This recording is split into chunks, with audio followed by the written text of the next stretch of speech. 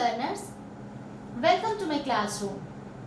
पिछले 2 वीडियोस में हमने अपनी अकाउंटिंग वोकैबुलरी बढ़ाने की काफ़ी कोशिश की है। तो चलिए आज हम और कोशिश करते हैं कि अपने कुछ और अकाउंटिंग टर्म्स सीखें और जानें, जिससे कि अकाउंटिंग में एक्सपर्टीज पाने का जो हमारा ख्वाब है उसे हम पूरा कर सकें।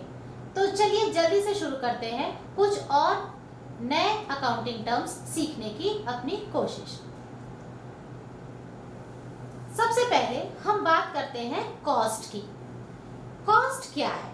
देखिए, अकाउंटिंग में कॉस्ट का मतलब कोई भी ऐसी मॉनेटरी वैल्यू है जिसे हमने स्पेंड किया है कुछ प्रोड्यूस करने के लिए। प्रोडक्शन करने के समय जब हम कुछ स्पेंड करते हैं, जो भी हम व्यय करते हैं अपने गुड्स या सर्विस को बनाने के लिए, तो वो सारा अमाउंट हमारा कॉस्ट कहलाता है। कॉस्ट में हम प्रॉफिट को ऐड नहीं करते, हम केवल अपने गुड्स या सर्विसेज को बनाने का जो व्यय है केवल उसे ही हम जोड़ते हैं, तो ये कॉस्ट कहलाता है। इसमें प्रॉफिट इंक्लूडेड नहीं होता। कॉस्ट में 3 प्रकार के हो सकते हैं, फिक्स्ड कॉस्ट, वेरिएबल कॉस्ट या semi variable cost. Fixed cost का मतलब होता है ऐसा कॉस्ट जिसका प्रोडक्शन से कोई डायरेक्ट रिलेशन नहीं होता। इसका मतलब है, नाम से ही पता चल रहा है फिक्स्ड। इसका मतलब आप प्रोडक्शन करें या ना करें, आपको ये कॉस्ट इनकर करना ही होता है। इसका हम एग्जांपल ले लेते हैं कि मान लीजिए हमने अपना बिजनेस हाउस जो है वो एक किराए की बिल्डिंग में स्टार्ट किया है। अब किराए की बिल्डिंग में जब आपने अपना बिजनेस स्टार्ट किया है तो आप उस फैक्ट्री के अंदर आप प्रोडक्शन करेंगे तो भी आपको रेंट देना है, अगर आप प्रोडक्शन नहीं करेंगे तो भी आपको रेंट देना है। तो रेंट क्या हुआ? रेंट हो गया आपका फिक्स्ड कॉस्ट। उसी तरह से बिजली का बिल, आप प्रोडक्शन करेंगे तो भी बिजली का बिल आएगा, प्रोडक्शन नहीं करेंगे तो भी आपको बिजली का बिल देना ही पड़ेगा।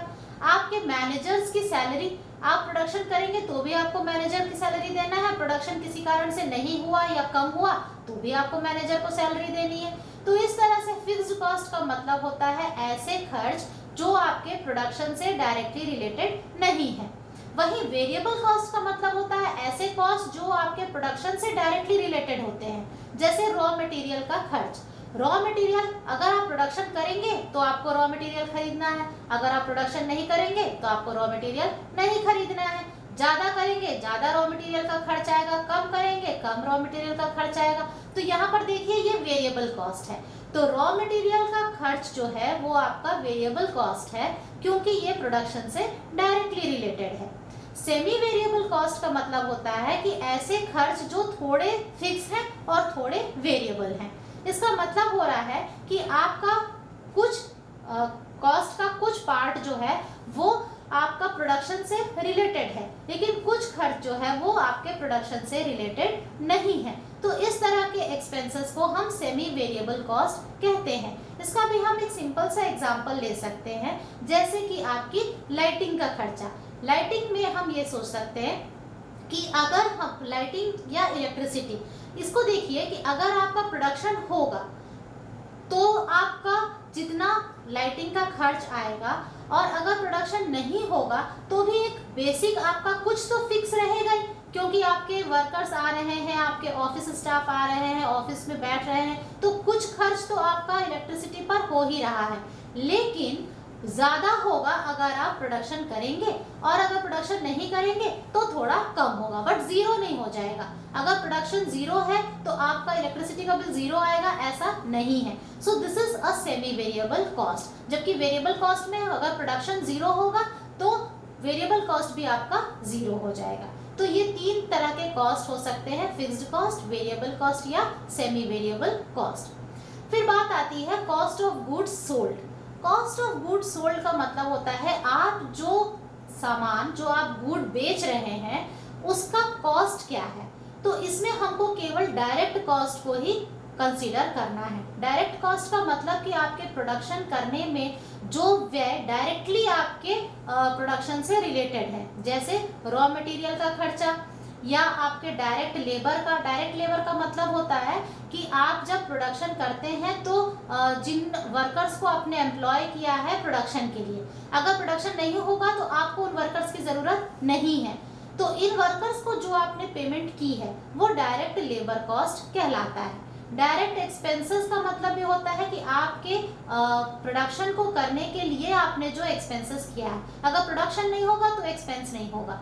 तो इस तरह से direct material cost, direct labour cost, direct expenses, इन सबको अगर हम जोड़ते हैं तो हमें कॉस्ट ऑफ गुड्स सोल्ड मिल जाता है। अब बात आती है हमारी एक्सपेंडिचर की। एक्सपेंडिचर और एक्सपेंस, इनमें बहुत ही ज़्यादा लोगों के मन में कंफ्यूजन रहता है कि हम कभी किसी चीज़ को एक्सपेंडिचर बोल देते हैं, कभी हम उसे एक्सपेंस बोल देते हैं। तो ये फ़र्क जो है इसे आज हमें मिटाना है और हम जानने की कोशिश करते हैं कि यहाँ पर क्या चीज़ होती है। देखिए, एक्सपेंस जो है वो एक्सपेंडिचर का एक पार्ट है। एक्सपेंडिचर का मतलब होता है कि जो भी एक एंटरप्राइज है, बिजनेस एंटिटी है, वो जो अमाउंट स्पेंड करती है, चाहे अपने एसेट्स एक्वायर करने के लिए या गुड्स एंड सर्विसेज एक्वायर करने के लिए या किसी तरह की कोई लायबिलिटी, तो ये सब तरह के जो भी अमाउंट स्पेंड होता है बाय एन एंटरप्राइज, ये एक्सपेंडिचर कहलाता है। एक्सपेंडिचर के अंतर्गत हम 3 तरह के व्यय देख सकते हैं: कैपिटल एक्सपेंडिचर, रेवेन्यू एक्सपेंडिचर और deferred revenue expenditure. Capital expenditure का मतलब होता है जब हमने कोई व्यय इसलिए किया है कि हम उससे जो बेनिफिट लेना चाहते हैं, उस व्यय का जो बेनिफिट हम लेना चाहते हैं वो हम for a long period of time लेना चाहते हैं। मतलब 12 महीनों से ज़्यादा अगर हमें उसका बेनिफिट मिलेगा तो वो कैपिटल एक्सपेंडिचर कहलाता है। फॉर एग्जांपल, हमने कोई एसेट परचेज किया, हमने कोई फिक्स्ड एसेट परचेज किया, चाहे हमने plant, machine, furniture, building, land, इस तरह से अगर हमने कोई फिक्स्ड एसेट परचेज किया तो वो कैपिटल एक्सपेंडिचर कहलाता है। क्योंकि यहाँ पर जब आपने व्यय किया तो जो आपने पाया वो आपको लंबे समय तक बेनिफिट देगा, तो ये कैपिटल एक्सपेंडिचर हुआ। रेवेन्यू एक्सपेंडिचर का मतलब होता है जब आप कोई ऐसा व्यय करते हैं जिसका बेनिफिट आपको केवल 1 वर्ष के अंदर ही मिलेगा। फॉर एग्जाम्पल, आपने सैलरी दी, आपने वेजेस दिया, आपने रेंट दिया, है ना, आपने किसी को इंटरेस्ट दिया, आपने कैरेज के लिए पे किया, स्टेशनरी खरीदा, तो ये सारे भी आपके एक्सपेंडिचर्स हैं, बट इनका बेनिफिट आपको 1 वर्ष के अंदर ही मिलता है, तो इसे हम रेवेन्यू एक्सपेंडिचर कहते हैं। And this is for the day to day working of the organization. हमारे ऑर्गेनाइजेशन की डेली रूटीन के कामों को करने के लिए हमें रेवेन्यू एक्सपेंडिचर की जरूरत होती है, और रेवेन्यू एक्सपेंडिचर ही वास्तव में आपका एक्सपेंस है। तो देखो, एक्सपेंस जो है वो एक्सपेंडिचर का एक पार्ट है। एक्सपेंडिचर एक बहुत ब्रॉड टर्म है, जबकि एक्सपेंस उसका एक छोटा सा हिस्सा है। अब बात आती है डेफर्ड रेवेन्यू एक्सपेंडिचर की। तो नाम से ही समझ में आ रहा है कि ये एक तरह का रेवेन्यू एक्सपेंडिचर ही है। मतलब ये एक तरह का ऐसा एक्सपेंडिचर है जो हमारे बिजनेस को डे टू डे उसके काम को अच्छे से करने के लिए किया जाता है। इसमें हम एक एग्जांपल ले सकते हैं, हमारा एडवर्टाइजमेंट का एक्सपेंस। एडवर्टाइजमेंट पे अगर हमने कोई खर्च किया है तो वो रेवेन्यू एक्सपेंडिचर है, नो डाउट, लेकिन इसका बेनिफिट हमें लंबे समय तक मिलता है। हम अगर अपने एडवर्टाइजमेंट पर, अपने प्रोडक्ट के एडवर्टाइजमेंट पर कोई खर्च करते हैं तो वो एक बड़ा हेवी सा अमाउंट होता है, और उसका बेनिफिट हमें केवल 1 ही वर्ष में नहीं मिलता, 1 ही अकाउंटिंग ईयर में नहीं मिलता, बल्कि कई अकाउंटिंग ईयर में हमें वो बेनिफिट मिलता रहता है। तो इसलिए हम उसको डेफर करते हैं। डेफर करते हैं मतलब उसको आगे भी ले जाते हैं। तो ये डेफर्ड रेवेन्यू एक्सपेंडिचर है, क्योंकि जैसे सपोज आपने 1 लाख रुपए का एडवर्टाइजमेंट पे खर्च किया, तो आपको पूरे 1 लाख का बेनिफिट 1 ही साल में नहीं मिल जाएगा, आपको कई वर्षों तक उसका बेनिफिट मिलेगा। मान लेते हैं 5 वर्षों तक मिलेगा, तो आप क्या करेंगे, 20,000 का अपना एक्सपेंस इस साल में शो करेंगे और बाकी का 80,000 अगले वर्ष के लिए ले जाएंगे। फिर अगले वर्ष आप 20,000 रुपए अपने पीएल अकाउंट के डेबिट साइड में दिखाएंगे एज रेवेन्यू एक्सपेंडिचर, और 60,000 को आप फिर आगे ले जाएंगे। इस तरह का प्रोसेस आप करते रहेंगे। तो ये कहलाता है डेफर्ड रेवेन्यू एक्सपेंडिचर। नेक्स्ट हम बात करते हैं एक्सपेंस की। जैसा मैंने अभी बताया कि एक्सपेंस का मतलब होता है कोई भी ऐसा व्यय जो हम रेवेन्यू अर्न करने के लिए करते हैं। मतलब हमारे डे टू डे ऑपरेशन के, हमारे रोजमर्रा के बिजनेस एक्टिविटीज को करने के लिए जब हम कोई व्यय करते हैं तो वो एक्सपेंस कहलाता है। ये शॉर्ट टर्म ड्यूरेशन का होता है, क्योंकि इसके बेनिफिट्स जो है ये हमें 1 वर्ष के अंदर ही मिलते हैं। जैसे कि आप सैलरी पे करते हैं, तो सैलरी पे करने का मतलब क्या हुआ कि 1 महीने आपके ऑफिस स्टाफ ने जो आपको सेवाएं दी उसके बदले में आप सैलरी दे रहे हैं, तो बेनिफिट कब मिला आपको, केवल एक महीने मिला, फिर अगले महीने फिर अलग से मिलेगा। रेंट पेड का मतलब क्या हुआ कि आप एक महीने अपने बिजनेस की बिल्डिंग का इस्तेमाल किया आपने, तो आपने उसे रेंट पे किया। तो रेंट पे करके आपको बेनिफिट कितने दिन का मिल रहा है? एक महीने का मिल रहा है। फिर आप अगले महीने फिर पे कर रहे हो, फिर अगले महीने फिर पे कर रहे हो। तो इस तरह से क्या हो रहा है, एक्सपेंस का मतलब होता है ऐसा व्यय जिसका बेनिफिट आपको बहुत शॉर्ट टर्म में मिल जाता है, और इसे हम अपने ट्रेडिंग अकाउंट और पीएल अकाउंट के डेबिट साइड में शो करते हैं। एक्सपेंस दो प्रकार के हो सकते हैं, एक प्रीपेड हो सकता है और एक आउटस्टैंडिंग भी हो सकता है। प्रीपेड एक्सपेंस का मतलब होता है कि जब अभी एक्सपेंस पे करने का आपका समय आया नहीं था, दैट मीन्स कि अभी आपका जो एक्सपेंस है वो ड्यू नहीं हुआ है, लेकिन आप उसे एडवांस में ही पे कर दे रहे हो। तो आप क्या कर रहे हो कि आपको उस एक्सपेंस का बेनिफिट अभी मिला नहीं है, लेकिन आपने उसकी पेमेंट कर दी, तो ये प्रीपेड एक्सपेंस कहलाता है। और क्योंकि हमारा जो अकाउंटिंग सिस्टम है ये एक्रूअल बेसिस है, एक्रूअल बेसिस मतलब कि related to the current year, हमारा जो अकाउंटिंग ईयर है हम उससे रिलेटेड खर्च और उससे रिलेटेड इनकम को ही अपने बुक्स में शो करते हैं। जो व्यय या जो आय हमारे इस वर्ष से संबंधित नहीं है, हमारे अकाउंटिंग ईयर से संबंधित नहीं है, उन्हें हम कंसीडर नहीं करते हैं।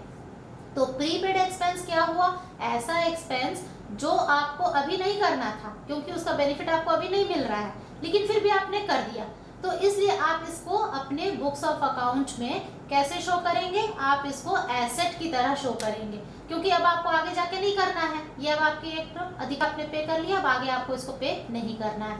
तो आप इसको क्या करेंगे? बैलेंस शीट के एसेट साइड में करंट एसेट्स के अंतर्गत शो कर देंगे।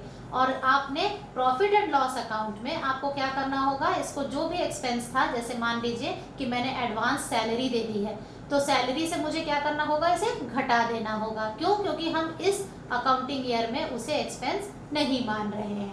तो ये बात हुई हमारी प्रीपेड एक्सपेंस की।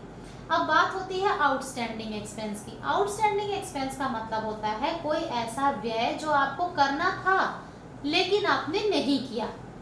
तो ऐसे expense which becomes due for payment but it is not paid. तो एक्सपेंस आपका ड्यू तो हो गया लेकिन आपने पे नहीं किया, तो फिर क्या हो गया? क्योंकि ये एक्रूअल बेसिस है, तो एक्रूअल बेसिस में क्या मतलब हुआ कि हमारे इस अकाउंटिंग ईयर से वो रिलेटेड था, हमें उसको पे करना था, भले ही हमने नहीं पे किया, लेकिन हम उसको अपने पीएल अकाउंट में शो करेंगे एज एन एक्सपेंस।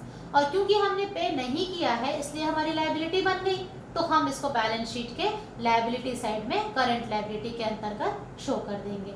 तो ये आउटस्टैंडिंग रेंट, आउटस्टैंडिंग सैलरी किसी भी नाम से हो सकता है, कोई भी ऐसा एक्सपेंस जो आपको पे करना था लेकिन आपने पे नहीं किया, वो आपका आउटस्टैंडिंग एक्सपेंस कहलाता है।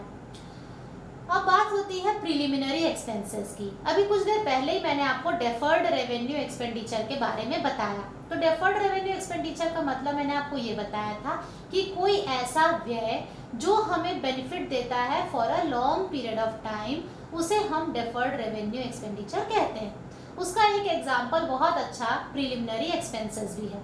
प्रिलिमिनरी एक्सपेंसेस का मतलब होता है कि हम जब व्यवसाय शुरू करने वाले होते हैं, व्यवसाय अभी शुरू हुआ नहीं है, आपका business has not yet started, तो बिजनेस अभी स्टार्ट हुआ नहीं लेकिन उसके पहले भी हम बहुत सारे व्यय करने लग जाते हैं, जैसे कि उसे सेट करने के, उसके कमेंसमेंट के, कुछ रजिस्ट्रेशन एक्सपेंसेस, कुछ इनकॉर्पोरेशन एक्सपेंसेस, बहुत सारे खर्च होते हैं व्यवसाय को शुरू करने से पहले। ये सारे व्यय जो है, जैसे ही बिजनेस स्टार्ट होता है, अगर आप पहले ही वर्ष में ये सारे व्यय वहां पर शो कर देंगे पहले ही अकाउंटिंग ईयर में, तो आपका एक्सपेंस बहुत ज़्यादा दिखने लगेगा।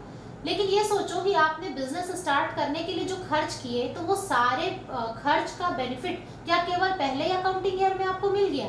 नहीं, आपको कई अकाउंटिंग ईयर में उसका बेनिफिट मिलता रहता है। तो इसलिए हम क्या करते हैं कि हम ये सारे व्यय को हम प्रिलिमिनरी एक्सपेंस नाम देते हैं। प्रिलिमिनरी मतलब प्रारंभिक, जो शुरू हुआ, बिजनेस के शुरू होने से पहले के खर्च हैं।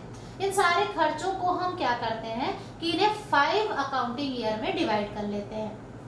सपोज अगर ये 1 लाख का खर्चा है तो 20-20 हजार रुपए करके 5 वर्ष में हम इसे डिवाइड कर लेते हैं। पहले वर्ष में आपने 20,000 राइट ऑफ कर दिया, मतलब आपने पीएल अकाउंट के डेबिट साइड में शो कर दिया, बाकी का 80,000 आप डेफर्ड रेवेन्यू एक्सपेंडिचर के रूप में बैलेंस शीट के एसेट साइड में मिसलेनियस एक्सपेंडिचर के हेड में आप इसको शो कर देंगे।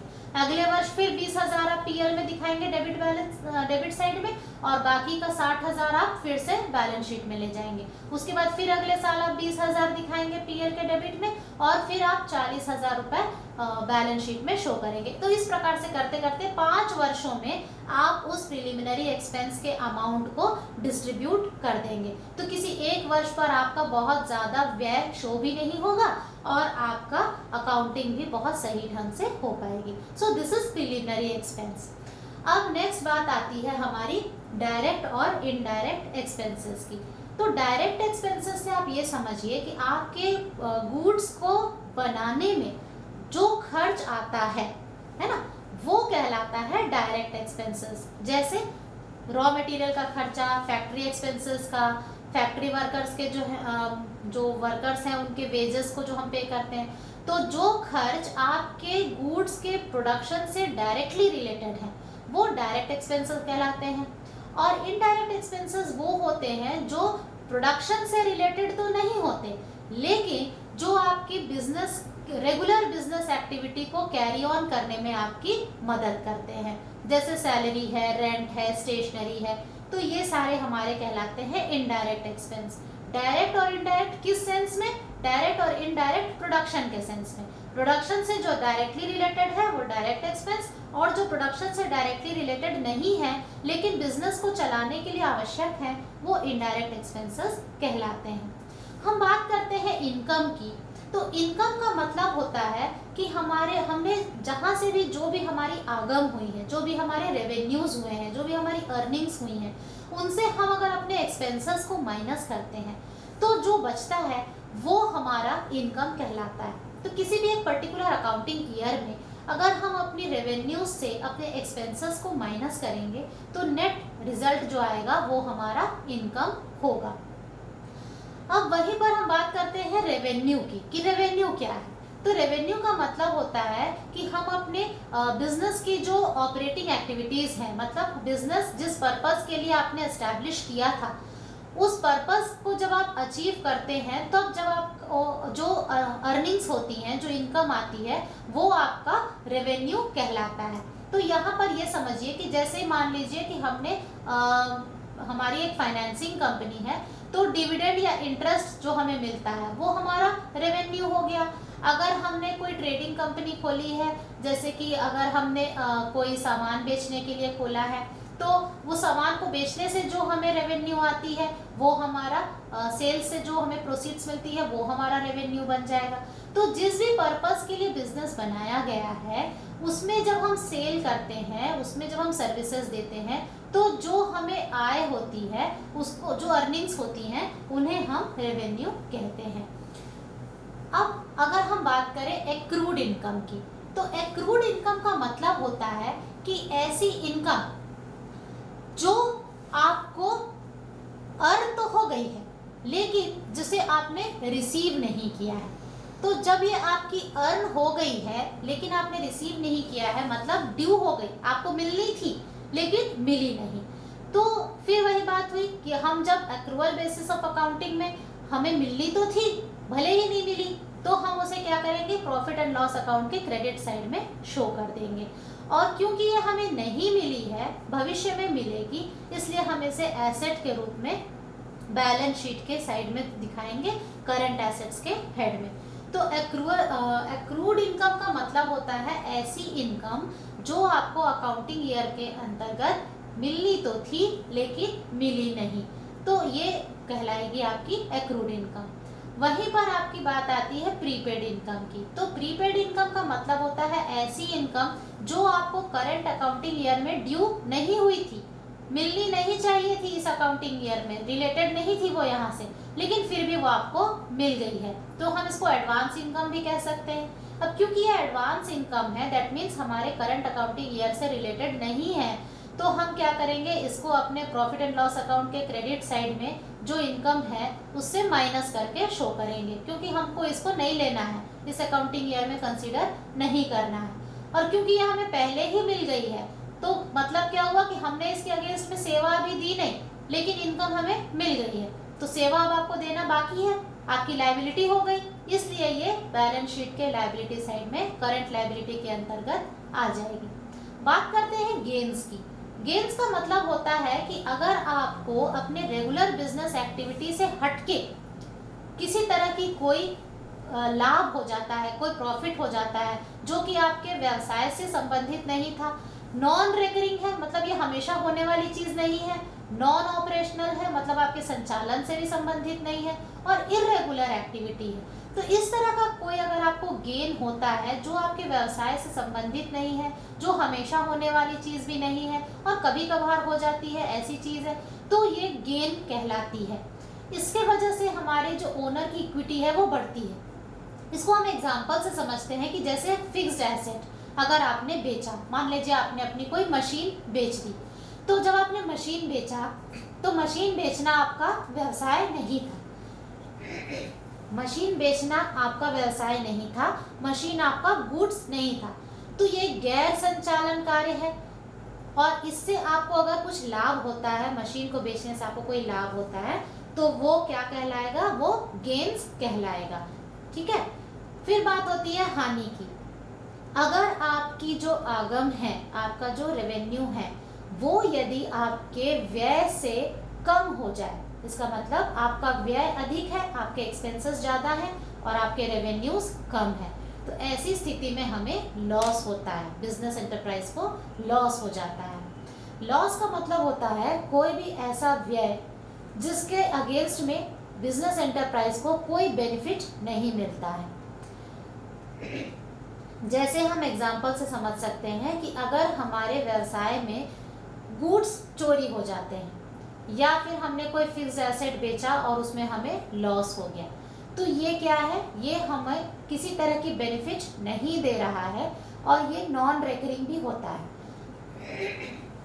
नॉन रेकरिंग का मतलब है जो हमारे व्यवसाय में हमेशा होने वाली चीज नहीं है। जैसे चोरी हुई तो चोरी हमेशा तो नहीं होगी, फायर हुआ, आग लग गई सामान में, तो ये हमेशा होने वाली चीजें तो है नहीं, इसलिए ये नॉन रेकरिंग भी होते हैं। तो इनकी वजह से ओनर की जो इक्विटी है वो कम हो जाती है, क्योंकि ओनर के प्रति जो ड्यूज है, जो ओनर का जो क्लेम है वो कम हो जाता है। बात आती है नेक्स्ट डिस्काउंट की। डिस्काउंट का मतलब होता है कि जब हम कोई कमोडिटी की कीमतें निर्धारित करते हैं और उस निर्धारित कीमत में अगर हम कोई कमी देखते हैं, रिडक्शन होता है, तो ये होता है क्यों, ये होता है डिस्काउंट की वजह से। डिस्काउंट तो आप सभी समझते हैं, डिस्काउंट का मतलब होता है जब स्टेटेड प्राइस से कम में कमोडिटी मार्केट में मिल जाती है तो हम उसे डिस्काउंट कहते हैं। डिस्काउंट का दो पर्पस होता है, एक तो ये हो सकता है कि वो सेल्स को प्रमोट करना चाहता है, मतलब हम ज़्यादा से ज़्यादा अपनी बिक्री बढ़ाना चाहते हैं तब भी हम डिस्काउंट ऑफर करते हैं, और या फिर बिजनेस एंटरप्राइज तब भी डिस्काउंट ऑफर करता है जब वो चाहता है कि जो कस्टमर्स हैं वो जल्दी से कैश पेमेंट कर दें। तो इसलिए डिस्काउंट दो प्रकार से हो सकते हैं, ट्रेड डिस्काउंट या कैश डिस्काउंट। जब हमारा बिजनेस एंटरप्राइज का ये पर्पस होता है कि वो अपने सेल्स वॉल्यूम को बढ़ाना चाहता है, वो चाहता है कि लोग ज़्यादा से ज़्यादा सामान खरीदें, ट्रेड डिस्काउंट ऑफर करता है कि जो जितना ज़्यादा बल्क में खरीदेगा उसको उतना हैवी डिस्काउंट मिलेगा, तो ये ट्रेड डिस्काउंट कहलाता है। वहीं अगर बिजनेस एंटरप्राइज ये चाहती है कि कस्टमर्स जो हैं वो कैश में सामान खरीदें या कैश जल्दी दें, तो वो कैश डिस्काउंट ऑफर करती है। इसके अंतर्गत वो ये कहती है कि जो कैश जल्दी पे करेगा या निर्धारित समय के अंदर पे कर देगा उसको हम एडिशनल डिस्काउंट प्रोवाइड करेंगे। तो इस तरह से डिस्काउंट आपका ट्रेड डिस्काउंट हो सकता है जो कि व्यवसाय में हमारे सेल्स वॉल्यूम को बढ़ाता है, या वो कैश डिस्काउंट भी हो सकता है जब हम कैश पेमेंट्स को प्रमोट करने की कोशिश करते हैं। बात आती है बुक वैल्यू ऑफ एसेट्स की। जनरली देखिए एसेट्स का जब हम वैल्यू की बात करते हैं, संपत्तियों की, तो उसमें कई तरह की वैल्यूज आप देखते हैं। एक होता है बुक वैल्यू। बुक वैल्यू का मतलब होता है कि हमारी बुक्स ऑफ अकाउंट्स में जैसे बैलेंस शीट है, फाइनेंशियल स्टेटमेंट है, तो बैलेंस शीट में हमारे एसेट्स की जो वैल्यू हमें नजर आती है वो बुक वैल्यू कहलाती है। तो बुक्स ऑफ अकाउंट्स में एसेट्स की जो वैल्यू शो होती है वो बुक वैल्यू है। और ये बुक वैल्यू है क्या? बुक वैल्यू का मतलब होता है कि आपने एसेट को जितने में भी खरीदा था, जो उसकी कॉस्ट वैल्यू थी, उसमें से जिस दिन आप उसकी बुक वैल्यू देखना चाह रहे हैं उस दिन तक जो भी डेप्रिसिएशन उस एसेट पर लगा है वो पूरा आप माइनस कर दीजिए। जैसे एग्जांपल में है कि 2016 में मैंने एक 50,000 में मशीन खरीदी और आज तक में उसका डेप्रिसिएशन हो गया है 15,000, तो बुक वैल्यू क्या हो जाएगी? Original cost of the machine मतलब 50,000 माइनस उसका एक्यूमुलेटेड डेप्रिसिएशन 15,000, दोनों को माइनस किया, आंसर आया 35,000। तो ये 35,000 जो है वो book value of the machine है। अब डेप्रिसिएशन क्या है? तो डेप्रिसिएशन का मतलब होता है, देखिए जब हम कोई एसेट खरीदते हैं तो एक समय के बाद एसेट की वैल्यू धीरे धीरे कम होने लगती है। ये कम होने के कई कारण हो सकते हैं। एक तो ये हो सकता है कि आपने एसेट को लगातार इस्तेमाल किया, जैसे वेयर एंड टियर कहते हैं, है ना, वेयर एंड टियर की वजह से उसकी वैल्यू कम होती है।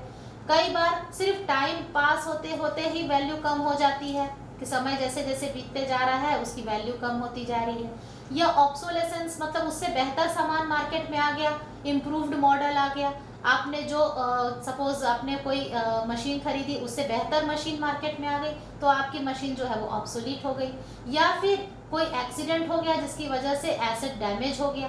तो कोई भी कारण से अगर एसेट की वैल्यू रिड्यूस हो जाती है तो हम उसे डेप्रिसिएशन कहते हैं। और डेप्रिसिएशन के अंतर्गत हम करते क्या हैं? हम करते ये हैं कि एसेट की हम एक एस्टिमेटेड लाइफ कैलकुलेट करते हैं। हमें लगता है कि एसेट इतने वर्षों तक चलेगा, सपोज 5 साल चलेगा, 10 साल चलेगा, 15 साल चलेगा, कुछ भी, हम उसकी एक एस्टिमेटेड लाइफ डिसाइड करते हैं और जो उसका ओरिजिनल कॉस्ट है उसको उसकी एस्टिमेटेड लाइफ में बांट देते हैं किसी भी आधार पर। डेप्रिसिएशन के बहुत सारे आधार हैं, बहुत सारे मेथड हैं, तो कोई भी एक मेथड यूज करके आप जब मशीन की या कोई भी एसेट की कॉस्ट को उसकी लाइफ में डिस्ट्रीब्यूट करते हैं ऑन अ पर्टिकुलर बेसिस तो वो डेप्रिसिएशन कहलाता है। अब लाभ, सबसे बड़ी चीज जिसके लिए कोई भी बिजनेस ऑर्गेनाइजेशन एस्टैब्लिश होता है, काम करता है और अपने सारी एक्टिविटीज करता है, वो है प्रॉफिट। तो प्रॉफिट क्या है? देखिए, प्रॉफिट का मतलब होता है कि जब भी कोई बिजनेस ऑर्गेनाइजेशन अपने कोई एक्टिविटीज करता है तो वो कुछ रेवेन्यू अर्न करता है और जो रेवेन्यू अर्न करता है उस रेवेन्यू को अर्न करने के लिए उसको बहुत सारे एक्सपेंसेस भी करने पड़ते हैं, बहुत सारे व्यय भी करने पड़ते हैं, बहुत सारे खर्च करने पड़ते हैं। तो जब वो इन रेवेन्यू से उन सारे खर्च को माइनस करता है तो जो डिफरेंस आता है वो उसका प्रॉफिट है। प्रॉफिट दो प्रकार के हो सकते हैं, ग्रॉस प्रॉफिट या नेट प्रॉफिट। ग्रॉस प्रॉफिट का मतलब होता है कि सेल्स से अगर हम हमारे गुड्स के कॉस्ट को माइनस करते हैं, सेल्स मतलब आपने जो अपने गुड्स को जो मार्केट में बेचा तो जो आपकी रेवेन्यू हुई उससे अगर आप गुड्स को बनाने का जो खर्च आया या गुड्स को खरीद के बेचा है तो खरीदने का जो खर्च आया उसको आप माइनस करते हैं तो आपको मिलता है ग्रॉस प्रॉफिट।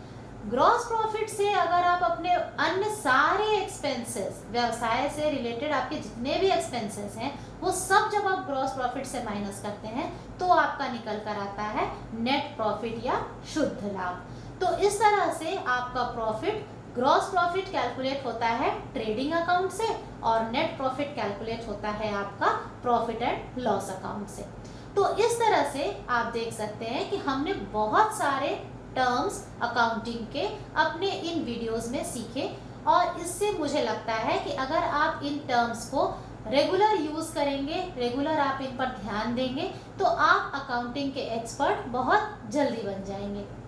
तो आज के लिए इतना ही, मिलते हैं अपने नेक्स्ट वीडियो में कुछ और अकाउंटिंग कॉन्सेप्ट्स के साथ। Thank you.